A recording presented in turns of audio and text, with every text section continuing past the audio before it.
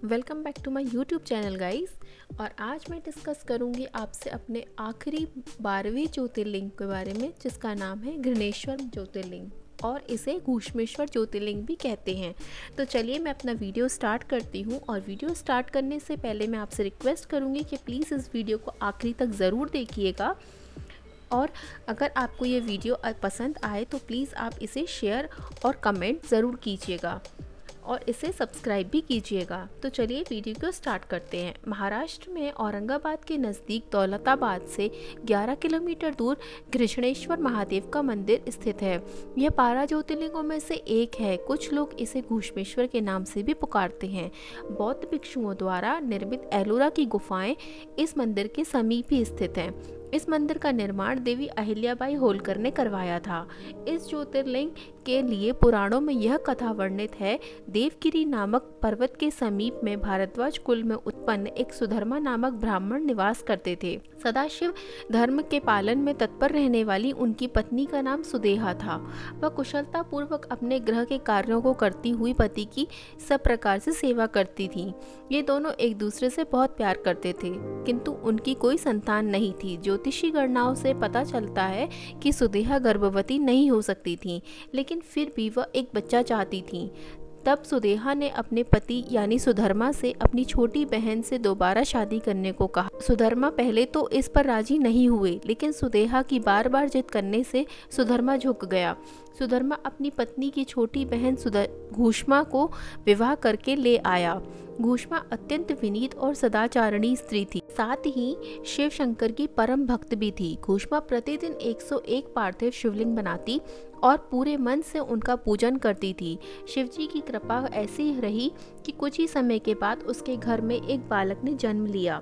दोनों बहनों की खुशी का ठिकाना न रहा। दोनों बेहद प्यार से रह रही थी, लेकिन पता नहीं कैसे सुदेहा के मन में एक गलत विचार घर आ गया। उसने सोचा कि इस घर में सब कुछ तो घूष्मा का ही है, मेरा कुछ भी नहीं। सुदेहा सोच रही थी कि संतान भी उसकी और पति भी उसका। घूष्मा का बालक भी बड़ा हो गया था और विवाह भी हो गया था। इन्हीं सब कुविचारों के साथ एक दिन उसने घूष्मा के युवा पुत्र को रातों रात सोते समय ही मौत के घाट उतार दिया। वहीं उसके शव को तालाब में फेंक दिया। यह वही तालाब था जहां घूष्मा हर रोज पार्थिव शिवलिंग को फेंका करती थी। जब सुबह हुई तो पूरे घर में कोहराम मच गया। घूष्मा और उसकी बहू फूट फूट कर रोने लगे, लेकिन घूष्मा ने शिव में अपनी आस्था नहीं छोड़ी। उसने हर दिन की तरह इस दिन भी शिव की भक्ति पूजा संपन्न की। पूजा समाप्त होने के बाद जब वो पार्थिव शिवलिंग को फेंकने तालाब पर गई तो उसका बेटा तालाब के अंदर से निकलकर आता हुआ दिखाई पड़ा। बाहर आकर वो हमेशा की तरह घूष्मा के चरणों में गिर पड़ा। ऐसा लग रहा था कि वह कहीं से घूम कर आ रहा हो। तभी शिवजी प्रकट हुए। उन्होंने घूष्मा से वर मांगने को कहा, लेकिन शिवजी सुदेहा की इस करतूत से बेहद क्रोधित थे और वे अपने त्रिशूल से सुदेहा का गला काटने के लिए उद्यत थे। लेकिन घूष्मा ने शिवजी से हाथ जोड़कर विनती की कि वो अपनी बहन को क्षमा कर दे। जो उसने किया वो जघन्य पाप है, लेकिन शिवजी की दया से ही उसे उसका पुत्र वापस मिला है। अब सुदेहा को माफ कर दें। घूष्मा ने शिवजी से प्रार्थना की कि लोक कल्याण के लिए वो इसी स्थान पर हमेशा के लिए निवास करें। शिवजी ने घूष्मा की दोनों बातें मान ली और ज्योतिर्लिंग के रूप में प्रकट होकर वहीं निवास करने लगे।